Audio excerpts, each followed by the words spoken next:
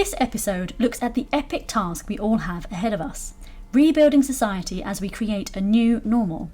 I talked to Susan J Mumford, a serial entrepreneur in the art market. We discuss how to emerge from lockdown in a time when our physical and virtual connections to others are evolving, and her tips on best practice in network and community building.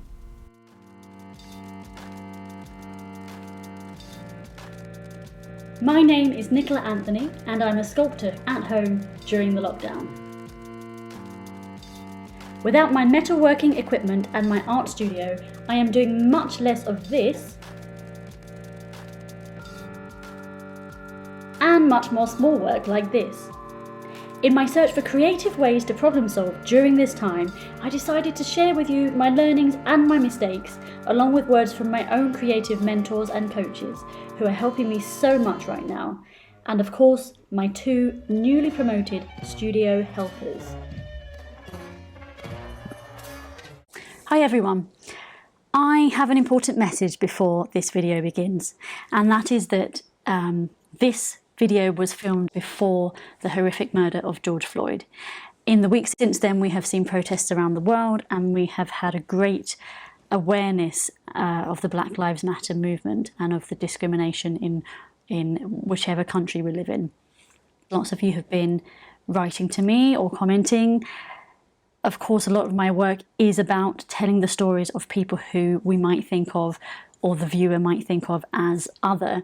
And you know, it's really my life's mission to make sure that we all feel compassion to our brothers and sisters, our fellow humans, and that we are able to look outside of our own socio-cultural niche.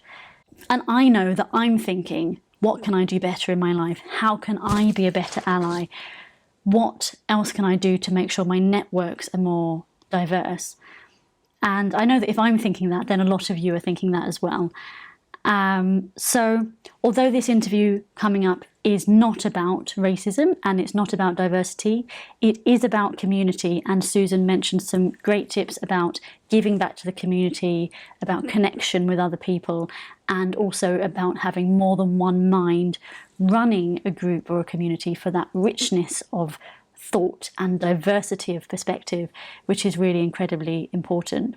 So please do watch this video with that in mind. Enjoy this episode, and I just thought that it's worth highlighting and addressing that before we start.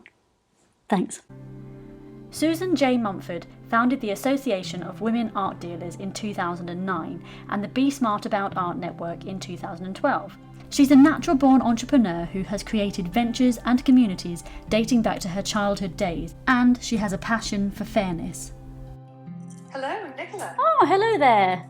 So Susan, this week many of us are coming out of our isolation periods and our lockdowns, and it strikes me that this is a real transition, and to be perhaps conscious of the new normal, society and communities are going to be a little bit different. You work with a lot of creatives and freelancers, traditionally a group which is quite used to being isolated or working in solitude, and also a group which perhaps is used to uncertainty or working with very political, emotional subjects, but then having to transition to domestic, everyday things. So how do we make those transitions between challenging situations and transitioning into normal life? Yes, very specifically. So what I've been looking at is some research that Be Smart About Art did that touches upon something very important for the time that we're going through at the moment. So the survey actually was about confidence for creatives, and we asked what boosts you, what knocks you. We were looking at internal dialogue, the external dialogue, and internal knocks, external knocks. And some examples of what came out time and time again were getting exercise, getting good rest, eating well, meditation. And then you also had, maybe as one of the more negatives, but then it can be accompanied by positive, is comparing oneself to others. So I think about how much time people might be spending on social media at the moment, but then a boost being community. And so maybe thinking about who you're spending time with. And of course, there can be challenges depending on your individual situation in the pandemic, but how can you optimize it as much as possible? You basically, on those points, do the best that you can according to your situation. What I would add to that is if you find yourself going, oh, I should be doing this or I should be doing that, to really pay attention to it, because should to me is a word of warning. There really isn't a should in this situation. Be gentle on yourself. And I think really, if I go back to the very beginning of the Be Smart About Art show that Nicola, is now streaming on Facebook several times each week, that you take control of what you can. And so those are things that you can determine within your own world. Needless to say, we don't wish this was a situation for what it's causing, all the pain and challenges that it's causing for people around the world. If you try to look at some of the silver linings and what we're learning, slower maybe, finding some balance, doing those things I was just mentioning, and then connecting with people who you really relish, who really challenge you to be the person that you've got within you. Your businesses are about communities. You also were the founder of the Association of Women Art Dealers. And so I feel like you like to bring people together and get conversations happening. Yes, definitely. I came up with a few different mottos for Be Smart About Art, kind of when we were first entering the pandemic. Trust me, I've been very busy bringing together communities, supporting additional communities, moving communities online. And I think if I highlight a couple of those, one is keeping it simple and supportive. So that's a motto that I decided to publicly adopt for Be Smart About Art. As you mentioned, I've got several different companies. I'm also the founder of Art AML, which tackles the new anti-money laundering legislation that's hit the art market. What I have done throughout my business portfolio, as it were, as well as my personal life, is I have been going back to simple and supportive. What can you do that makes things kind of easier for you to understand, easier for you to digest, as well as, say, giving people options? With Be Smart About Art, we moved different membership programs and different offerings into one single strand. And what I decided to really focus on was this word support, looking at it in two different directions. So when we think about support, it's a very natural thing to go, oh, how can I help other people? What can I do? But also remembering one of the really core facets to networking and having a community is asking for support yourself, putting it onto social media, messaging people individually. During this time, different people are going to be having different needs. And I've been fascinated with community to discover that there are several networks that I know that have put together spreadsheets where they say, here's my name, here's my skill set or my skill sets. And everyone completes their information so that they can all see what their skill sets are. When it comes to, say, running communities, something that I have come to, this actually came out of the photography collective that I started in my gallery in London. What I realized when I said to the membership initially, oh, you run it, you go and do what you want to with it, I realized eventually, oh, you need somebody at the helm of the ship, somebody who is charging ahead. And one thing I've seen, you mentioned the Association of Women Art Dealers, we discovered somewhat inadvertently that having two people as chairs for a single chapter was brilliant. Having that structure so you know who's in charge of it, ideally that you've got multiple minds in the matter, so that's a secondary point, that you've got more brains than just one, that is amazing. And then I would suggest some succession planning.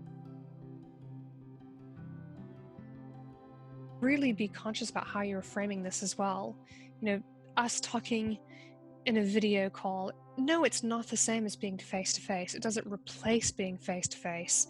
It's different from face-to-face, and it has equal value in different ways. To a certain extent, we suddenly have the immediate local to us, and yet then the complete erosion of geographical boundaries, being able to connect with people online. So really do think about how you can collaborate with other people at the same time, have some clear structure in place and that succession planning. So those are some basic tips that I have learned in my many years of running groups. Well, Susan, that's really valuable insight, and I know that the communities you formed, both personally and professionally, are authentic and meaningful. How do you recommend forming that genuine connection? in order to benefit from community, it's essential that you give to the community. It might sound obvious. Really think about how you're contributing and think about what you can bring to the table. Every single person has got things that they have got as serious strengths, but things that you might take for granted. What are those things that people comment upon? Because those might be things that are serious skill sets that you just think is how other humans operate, and maybe they're not. Maybe there's something special that you possess. That's brilliant, Susan. Thank you so much for talking with me. And Nicola, thank you for starting up this series and brilliant work with it. Well, thank you so much to Susan and to all of you watching. I hope this episode gives some tips into how to keep motivated and well whilst rebuilding your communities and stepping back out into society. I think a lot of our physical and virtual connections have already evolved, and there's been a lot of thinking around that. Many of us want more of a sense of community, of truthfulness and openness, and I think we have an awareness that we need to look after ourselves and others more as we're emerging from this lockdown. And as we're fabricating this new normal, we could allow that to roll out and just happen however it will. But I think that we do also have a real opportunity and a chance to be mindful, to stop the old models and behaviours which perhaps were not such good things in our society. For example, which blocked diversity and inclusivity. Because in this moment that we have experienced together globally, there's been much more of a sense of brothers and sisters. We're all going through the same thing. And that would be a wonderful thing, to infuse that in our own individual lives, which will help it to become infused throughout society as well. That's my 2 cents. Thank you for watching, and I hope to see you again next time.